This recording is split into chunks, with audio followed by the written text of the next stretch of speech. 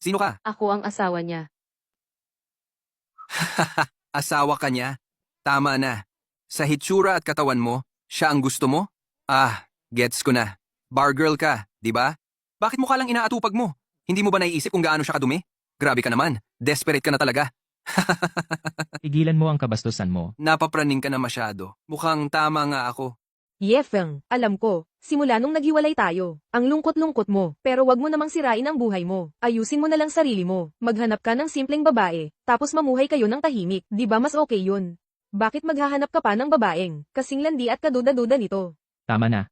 Siya ay, Isang matinong babae na kasing ganda nito hindi ka papansinin yan, kahit kailan. Uy, maganda. Siguro hindi ka naman basta-basta. Sa palagay mo, kaya niyang bayaran? ngayon digil talaga akong punitin yung bibig mo. Taka, nagawa mong buhusan ako ng tubig. Masyado kasing marumi ang bibig mo, kaya kailangan labhan. Lahat ng suot mo dyan, wala pa sa halaga ng uniforme ng bodyguard. Saan ka ba kumukuha ng lakas ng loob para magyabang ng ganyan? Makinig ka mabuti. Pinaghihirapan ni Yifeng ang pera niya, at bawat sentimo niya ay malinis. Pero ikaw, dahil dinadamay mo pa ang iba, para lang maitago yung insecurity mo, ikaw talaga yung tunay na mura at walang kwenta. Nakakasuka ka talaga.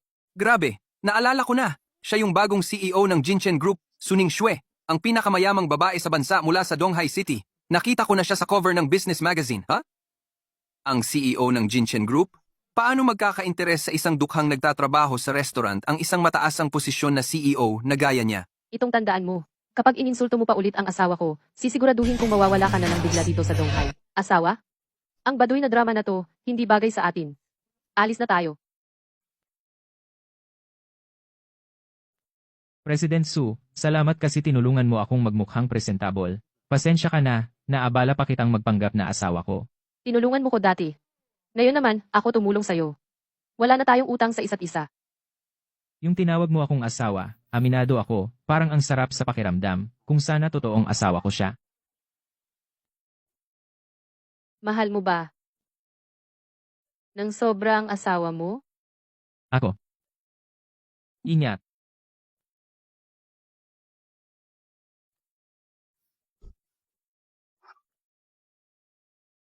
Si Leo Manwa ang nagsabi sa akin na alagaan ka ng mabuti.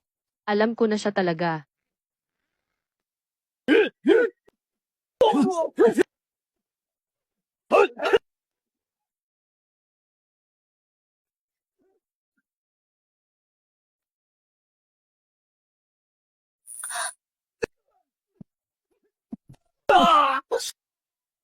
Umusog ka.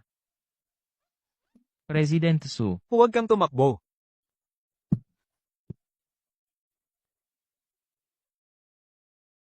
Siguradong malapit lang sila. Saliksikin ninyong mabuti.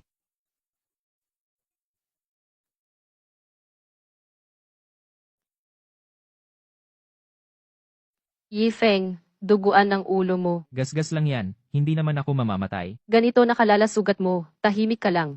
Wala bang nararamdaman sa sakit? Bakit mo naman ipagsasapalaran ang buhay mo para sa akin? Hindi mo naman siguro ako sinusubukang ligawan, no?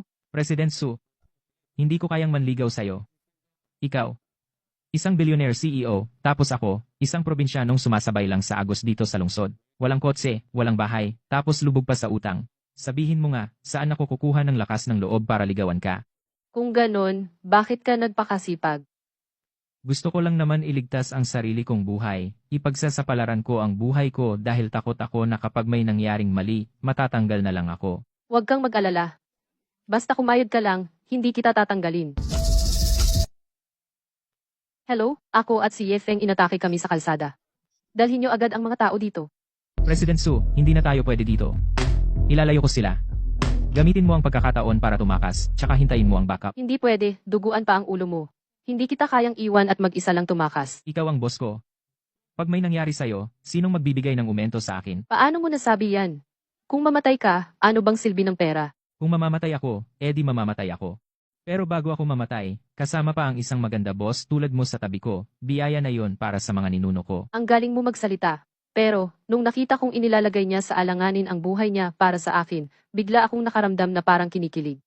Suning Xue, anong nangyayari sa utak mo? May asawa ka, may asawa siya. Paano ka nagkaroon ng ganitong iniisip?